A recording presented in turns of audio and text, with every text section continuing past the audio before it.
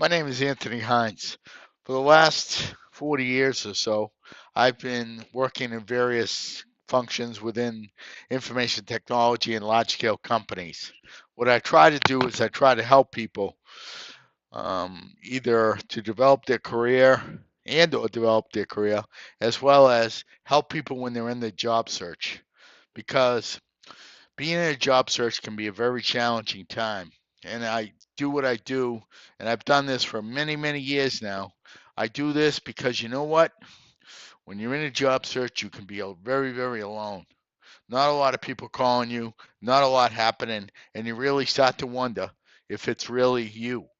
And that's when I want you to really start listening to some of my podcasts because the fact of the matter is, I clear your mind. I give you hope and I provide you the clarity so that when someone calls you, you're ready to interview. Okay? That's my niche, people, is that I'm not going to get you a job. You're going to get your own job. But what I'm going to do is help you to keep clarity so that you be ready when the jobs call you because you know and I know that's what happens. They don't always make appointments. They show up when they got 5 minutes and they call you. Right? So my point is I keep drilling this through people is that be ready all the time. And the best way to be ready is to have a clear mind and be organized. Okay? So today we're going to talk about a few things that get in your head, okay? These are sometimes questions that you ask during the job search process that can really put you in a terrible funk, okay? And I want to provide you answers that I think, okay? Reasonable answers to some of these questions because I want you to maintain your clarity, okay? So, first of all, before I do any of that, I got resume resources who look at your resume for you, critique it, and write a new one for you. So send me your resume if you want, and I'll pass it on to my people, and they'll take a look or whatever and work it out with you. Also, too, I just like to make people aware. I am not a professional, okay? I give you this information out of my experience, out of what I've been told, out of what I found out during my job search, okay? So this is what I'm doing. I'm spreading that information around to help other people because not everybody has access to things like my network, which is pretty expansive, and because I've been working for a long time, I know a lot of people, right? I mean, that's just the way it is. You'd have to be isolated in a cave, right? To not know a lot of people if you've been working a long time in a pretty hot industry. So the fact of the matter is, I use those contacts and I keep them close, so to speak. But I get a lot of information from them too, and that's what I'm sharing here. So today we're going to talk about things like this. Why doesn't the recruiter call me back when he or she says she will? Believe me, if your skills match the job descriptions, the recruiter will be calling you every 10 minutes. And I am serious. They'll be calling you every minute because they know that they have a good match and that they can make money. That said, if there is no match, to call you keeps the person off the phone call that they need to get the right candidate and get themselves paid. If they call every person that they had no match for, they would be eating spam. Maybe the person did have every intention of calling you back, but someone that was a better fit became available. So that job seeker gets the call. It's not personal, it's just business. Remember, the recruiter makes money when they place people. Okay, yeah, they may make a salary, but their real money comes when they place people. So the fact is, they're under a lot of pressure to place people, not only from their companies that they have contracts with, but from their own company. So understand, it's not personal. Maybe the person just found a better fit. That said, it doesn't mean you can't contact them again objectively and say to them, when do you want me to check back with you? And then go from there. Just because they didn't call you on this job doesn't mean they won't call you for another one. So keep that contact and don't take it personal. Okay, here's your next question that really can get into your head when you're sitting at home and you're laid off and whatever. And you sit there and say, I was there so long. How could HR have been so cold when they were doing the layoff? Let me tell you, they are trained in this. This is just for show. The person doing this is not a droid and has feelings, and I am sure that this is ripping them apart, as they probably have known for a while and have not slept in weeks. They have to watch what they say legally as well. This is no fun for them. They are told by the company running the transition or running the layoff, because they all get trained by third party companies or by professionals of what they can say. Okay, things like this is not this is not to do with performance. You'll hear that a lot, because that way people don't think that they did something bad, and it kind of calms them down a little bit. And it talks about that they'll say things like, this is, this is the financial decision, or the company's going a different direction, something to make sure it's not personal. So the fact is, don't think these people are cold and they don't care. Believe me, they care. The next one that might go into your head around and round and round in a circle like spin dry, right? That's going to really spin around in your head when people aren't calling. And that is, I apply and apply and apply and never get a call. Well, sitting at your desk filling out online forms is like buying a lottery scratch ticket. Do you really think that you were the only one that is applying for that job? Get noticed by contacting a person in that company and see if they can help you out to get that resume noticed. HR is besieged with resumes, and they sometimes never even see all of them, as there is a quick need for the position to be filled and pressure to fill it. If you want to get noticed, get someone inside to help you. Check your LinkedIn contacts with who you can. I have heard of situations where there were 500 applicants for, say, a job. Do you really think HR looks at 500? They might look at the first 30 or 40 or 50, but they're not going to look at 500. So the fact is, maybe they just didn't even see it, because you know why? You didn't use a tool like the LinkedIn job search tool that brings your resume to the top when you are in Job Seeker Premium. Maybe you just got in at the end of the line. So remember, that could be the reason why that you weren't called. Okay? Next one. Why don't my old coworkers call me? We were together for a long time. How come nobody cares about me? How come nobody checks in with me? Whatever. Things like that. I can't believe it. I went to lunch with them every day for years and years. We sat next to each other for years. Nobody calls me. Okay. One reason is maybe they don't know what to say, because they're still working there and you are not. What are they going to do? Talk to you about their raise and bonus they just got?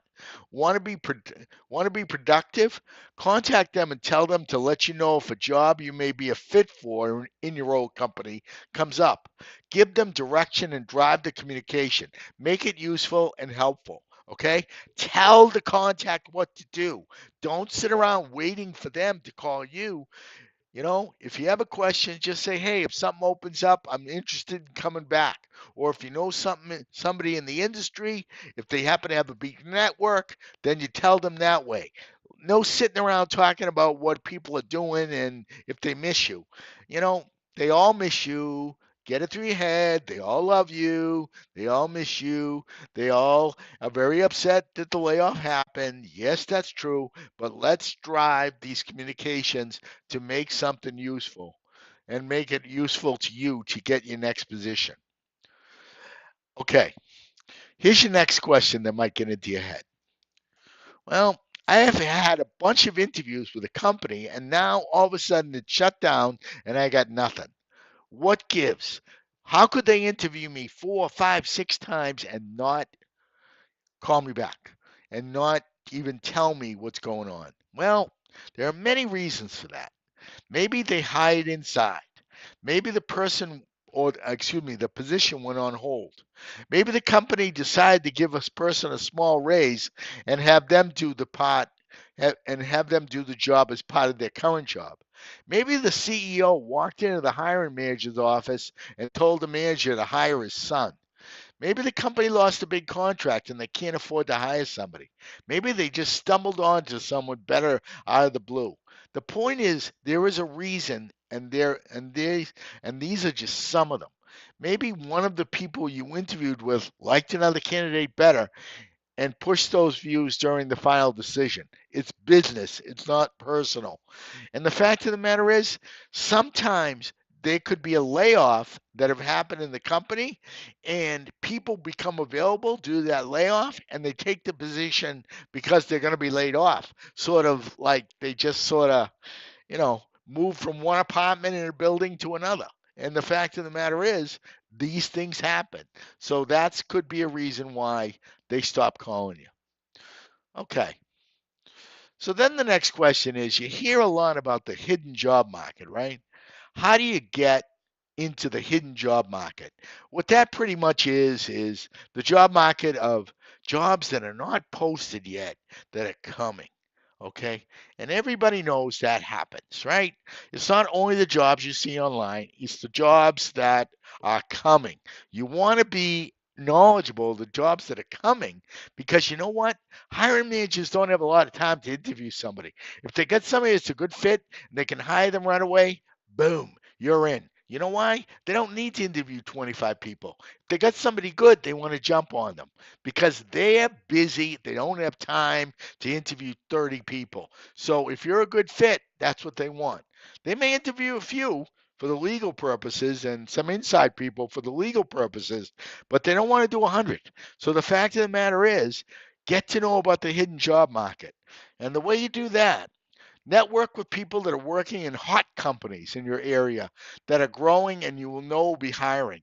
Don't know any? Start volunteering in your community that will get you access to all kinds of people. Talk to your transition counselor and see if the person has any contacts in companies that are hot. Talk to your contacts at your unemployment office, and maybe they have placed someone inside the company or know somebody who was recently unemployed who is now in this hot company. Think of ways to meet the people in those companies. Sitting around the house is no way to do it. Talk to them if they go to a professional organization dinner. Okay, if you're in a professional organization, maybe you find them at those chapter meetings and you talk with them about jobs. And you know what? You go up to them and you say, hey, if I get placed, you're going to get a referral. And the fact is, you're going to make some money.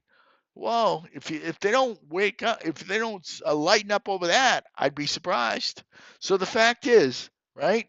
Get access to the hidden job market through your professional organizations and get access through your contacts, your community volunteer work, as well as people you know who know people that are in these hot companies. Also, too, what you want to know, if you want to know about hot companies, you may want to read your business journal in your current city. That's where you find out about a lot of hot companies that are hiring or are looking for the people. Not everybody reads these business journals, and the fact of the matter is. These newspapers talk about the hottest companies that are coming, the hottest new startups, and you know what? You never know. So get out there and learn about these companies through contacts and check your business journal in your city. Next question. How do I deal with all the emotion of this process? That's very easy. Do not, and I mean do not, suppress your feelings. Okay?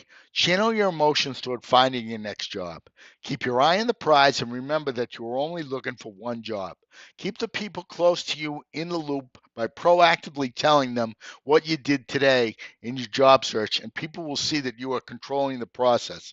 Control what you can control. Let the rest of it work on its own, grow on its own. and just be out there. Because if you try to control everything, you're not going to control anything. Control what you can. And you know what? You're going to have days where you just don't feel like dealing with it. You're going to have days where you just want to sleep all day. You're going to have days when you don't want to do anything about it. It's okay, people. It's okay. Have those days once in a while. That's going to allow your body to refresh, get back in the game, and go. Pay attention to your mood. Your mood is very important. So make sure you do that. Okay. So that's how you deal with your job, with your emotions, because your emotions can be your best friends and your emotions can be things that hold you back. So you control them and focus them, as I've said above. Okay. Now, another question. My friends never keep in touch with me to check in how I am doing. Why? The people that are going to help you are the ones that have been laid off before or have been jobless before. They will come first because they get it. If your friends have never been laid off or out of work, they just don't get it because it has not happened to them. They have their routine and they are following it. They're just noticing more now. You're just noticing more now that they're not calling because your routine has changed or been eliminated. Focus on contacting the friends that have been through it before, and believe me, more often than not, you will not be disappointed. Let me tell you this. This is a secret of the job search process. The people that will help you the most are the ones who've been through it. I don't care if it's your best friend, your best friend since first grade. I don't care. The ones that have been through it are the ones that will help you. Why? They know the feeling. Why do I do these podcasts? Why do I do the documents? Why do I do my presentations? Why do I have all my tools? Because I've been through it and I don't want anyone to have that feeling ever again. Okay? That's why. So the fact is, focus on the people who've been through it. They're the ones who are going to help you the most. Next question. You know, another question is, I keep getting to the final group but never get over the hump. Why? Okay. Two ways you can look at this. Clearly, you have the skills or you would not get that far. Try to talk to people you know in the industry, as the people who did not hire you are sometimes afraid of giving you a reason why they did not hire you for fear of being sued. Tweak what you have been doing and see if that helps. One big reason I was not getting jobs was I was too enthusiastic at interviews, and that didn't help me. Once I found that out and adjusted, I got hired in my next set of interviews. Why? Sometimes adjustments just have to come from the outside. You always think you're doing the most, but the fact is, other people can help you. Listen to feedback and understand. Getting to the finals is a good thing. The fact is, sometimes it's just somebody better, someone from the inside, something political, and you know what? It can be personal. But getting to the finals is a real good thing. Now, here's a great one, right? Why am I looking for a job now? Are there better times in the year to do it? Should I do it during holiday season? Should I do it in the summer? Should I do it in the winter? I mean, when's the best time? Listen to me, people. My answer to that is every day that ends in Y is a day to be searching. Let everyone else back off during certain parts of the year, assuming that it's not a good time. That's less candidates in the pool and gives you a better chance to get noticed. Stick with it, patience from the process. Remember, it only takes one job. I said it again and again. It only takes one.